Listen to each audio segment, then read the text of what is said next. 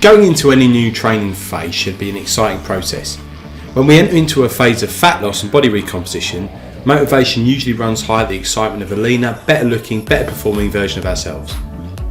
While high motivation should be welcomed, we need to realise that motivation is finite and expectations of the process are often very different to reality. It's best to go into the process of fat loss with eyes wide open, because being sideswiped with the strong arm of reality can cause us to veer off course and sabotage any gains we make. So here is a list of common StrongDad expectations versus the reality of what usually happens in a phase of fat loss. Expectation: I'm motivated this time. The reality: you're really not. Motivation is a finite resource in any endeavour. Eventually you'll get bored and will need to be a case of following the process over relying on willpower to stay on track in a calorie deficit. This is why a steady, manageable strategy for behaviour change trumps any wholesale changes over time. It's tortoise versus hare shit. Expectation: I'll be in great shape in 6 weeks. The reality: anyone selling you a 6-week solution is full of shit. In our experience, it's going to take you a lot longer than you think to get where you want to be. This is known as a planning fallacy.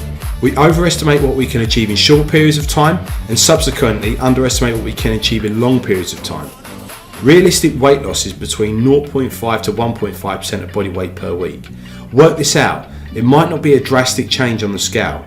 It all depends on your starting point, and you have to remember that expectation: I'll lose X fat per week over X weeks. And the reality is, nothing is linear. While the likelihood is there will be initially a rather rapid weight loss phase, this is usually due to water levels evening out, followed by a steady fat loss over time. Nothing will be linear. Be ready for fluctuations in the short term. The key is to continue to trust the process. Expectation: I'll improve my performance in the training phase. Reality: that's unlikely. Eating less puts you in an energy deficit. You need energy to improve performance.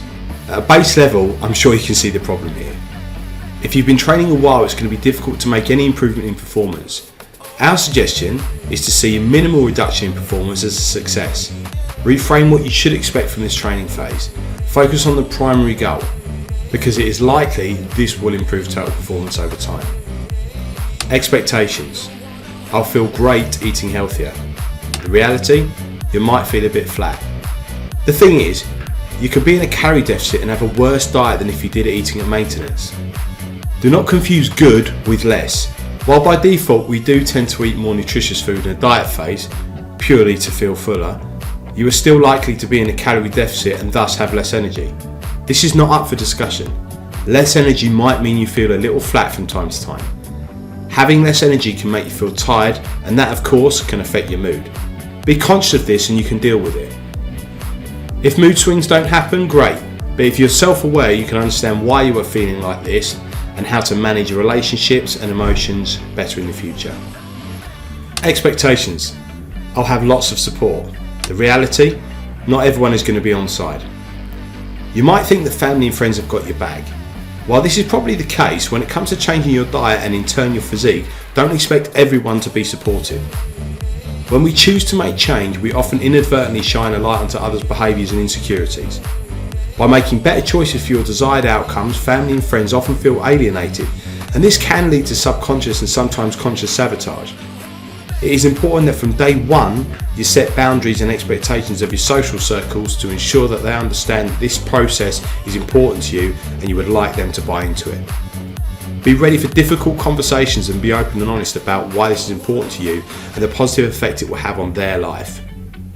Oh, and don't be a prick and preach about how well you're eating. No one likes a born-again dieter. Expectation: I'll be happier when I'm leaner. The reality: it won't be the six-pack. Our expectation is often that if we just shift some timber, we are suddenly going to feel more confident and happier. This is a fallacy. Trust me, I've done it. Your happiness and self-esteem should not be tied to your body fat percentage. While it can help with feeling more confident, and that's a great thing, being healthier and in better condition will not be a magic bullet. It's important we understand this because it's often papering over wider cracks, and if you make big changes physically and that doesn't manifest itself into holistic happiness, you could undervalue the positives of your journey. Remember, this won't solve all your problems. In conclusion, process trumps outcomes. If you focus on good, solid processes every day, then you can be happy throughout the whole period of your fat loss phase.